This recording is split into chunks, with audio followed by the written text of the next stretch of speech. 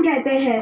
परम सम्मानीय प्राचार्य महोदय, उप प्राचार्य महोदय, मेरे देवता तुल्य गुरुजनों एवं मेरे छोटे बड़े भाइयों और बहनों, सभी को मेरा सुप्रभात। मैं वंशिका चेचानी, कक्षा 9वीं ब की छात्रा, आज आप सभी के समक्ष स्वतंत्रता दिवस के उपलक्ष्य में अपने विचार साझा करना चाहती हूँ। आज़ादी आज़ादी का असली मतलब सिर्फ वही समझ सकता है जिसने कभी गुलामी सही हो। हम सौभाग्यशाली है कि हमने स्वतंत्र भारत में जन्म लिया। यूं तो आज़ादी की लौ 1857 में ही चल चुकी थी, जिसने 1947 में अपने भारत को आज़ाद कराई।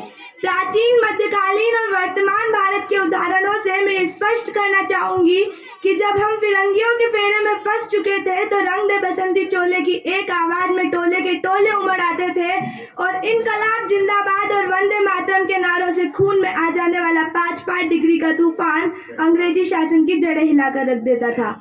उसके बाद 62, 65 और 78 के युद्धों में अपना सुहाग गवा देने वाली औरत, जब घर के हालात यूं हुआ करते थे कि प्यार भी भरपूर गया, मांग का सिंदूर गया, प्यार भी भरपूर गया, मांग का सिंदूर गया, नन्हे ननिहालों की लंगोटियां चली गई और छोटी छोटी बेटियों की चोटियां चली गई।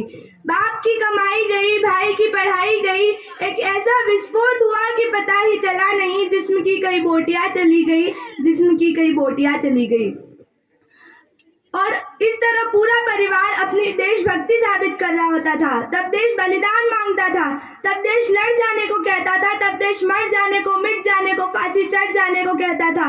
किंतु आज देश लड़ जाने को नहीं कहता, आज देश मर जाने को, मिट जाने को, फांसी चढ़ जाने को नहीं कहता, बल्कि मेरी नजरों में कोई व्यक्ति अगर अपना काम पूरी मेहनत, पूरी लगन और पूरी ईमानदारी से करे तो वही सच्चा देशभक्त है। मैं नहीं मानती कि फेसबुक, व्हाट्सएप और इंस्टाग्राम की डीपी को 3 रंग में रंगना ही देशभक्ति है। अगर आप कहेंगे कि साल में 2 बार तिरंगा हाथ में लेना देशभक्ति है, तो मैं पूछना चाहूंगी कि फुटपाथ पर रहने वाला बच्चा ट्रैफिक की छांव में जब नंगे पांव दिन रात झंडा बेच रहा होता है तो क्या आप उसे उसकी देशभक्ति कहेंगे? नहीं, ये उसकी देशभक्ति नहीं है, उसके पेट के भूख की शक्ति है जो उसे ऐसा करने पर मजबूर करती है। क्योंकि ना वो मस्जिद को जानते हैं, ना वो शिवालय को जानते हैं, क्योंकि ना वो मस्जिद को जानते हैं, ना वो शिवालय को जानते हैं, वो तो केवल पेट के भूखे हैं साहब। वो केवल भोजन के निवालों को जानते हैं, वो केवल भोजन के निवालों को जानते हैं। अपना परिवार, अपना समाज और अपने राष्ट्र के प्रति समर्पण का भाव है देशभक्ति। हर देशवासियों के जीवन में आने वाला तूफान है सच्ची देशभक्ति, ताकि हर देश विद्रोही ये समझ सके कि अगर तू परिंदा है तो ये आसमान तेरा है, अगर तू दरिंदा है तो ये शमशान तेरा है। अगर भाईचारे से रहना है तो रह इस जमीन पर, वरना ये कब्र भी तेरी है और कब्रिस्तान भी तेरा है, वरना ये कब्र भी तेरी है और कब्रिस्तान भी तेरा है। अब मैं बता दूं कि महिला सुरक्षा के मामले में हम आज भी चौथे पायदान पर आते हैं। हम ना एक ऐसे समाज में जीते हैं जहाँ पत्थर की मूरत को लगते हैं 56 भोग और भूखे नंगे तड़पते सो जाते हैं लोग, भूखे नंगे तड़पते सो जाते हैं लोग। क्या यही सच्ची देशभक्ति और यही सच्चा राष्ट्र प्रेम कि ना सरकार मेरी है, ना रोप मेरा है और ना ही बड़ा सरनाम मेरा है। बस इतनी सी बात का गुरूर है मुझे कि मैं भारत की बेटी हूँ और ये भारत मेरा है, कि मैं भारत की बेटी हूँ और ये भारत मेरा है। परंतु एक विशाल बीमारी जो मुझे इस समाज में नजर आती है, यहाँ हिंदू पैदा होते हैं, मुस्लिम, सिख और ईसाई भी पैदा होते हैं, परंतु बदकिस्मती से आज हमारे यहाँ इंसान पैदा नहीं होते। मेरे हिसाब से ना हिंदू की जरूरत है, ना मुसलमान की जरूरत है। राष्ट्र निर्माण के लिए तो केवल एक सच्चे इंसान की जरूरत है, केवल सच्चे इंसान की जरूरत है। जरा सोच के देखिए कि ये पेड़ पौधे और शाखाएं भी परेशान हो जाए अगर परिंदे भी हिंदू और मुसलमान हो जाए, अगर परिंदे भी हिंदू और मुसलमान हो जाए।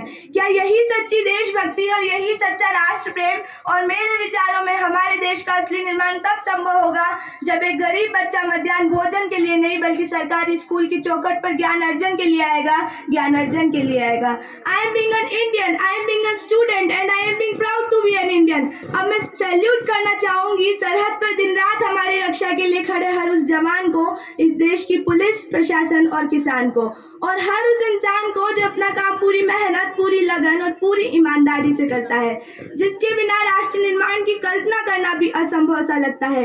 और आज मैं भारत की बेटी पूरी जिम्मेदारी के साथ ये आह्वान करती हूँ कि हमारे देश का असली निर्माण तब संभव होगा जब हम सब मिलकर, मैं आप सब मिलकर प्रयास करेंगे, क्योंकि हमारे देश की जिम्मेदारी नहीं है हमें आगे ले जाने की, हमारी जिम्मेदारी है हमारे देश देश को आगे ले जाने की, अपने राष्ट्र को आगे ले जाने की, अपने वतन को लहराने की। और अंत में मैं बस इतना ही कहना चाहूँगी कि हमारा हिंदुस्तान महान था, महान है और महान रहेगा। होगा हौसला अगर सबके दिलों में बुलंद तो एक दिन पाकिस्तान भी जय हिंद कहेगा। और सिर्फ पाकिस्तान ही क्यों, ये सारा जहां जय हिंद कहेगा, क्योंकि सारे जहां से अच्छा ये हिंदुस्तान हमारा, हम बुलबुले इसके, ये गुलिस्तान हमारा, हम बुलबुले इसके, ये गुलिस्तान हमारा। धन्यवाद। जय हिंद, जय भारत, जय जवान, जय किसान।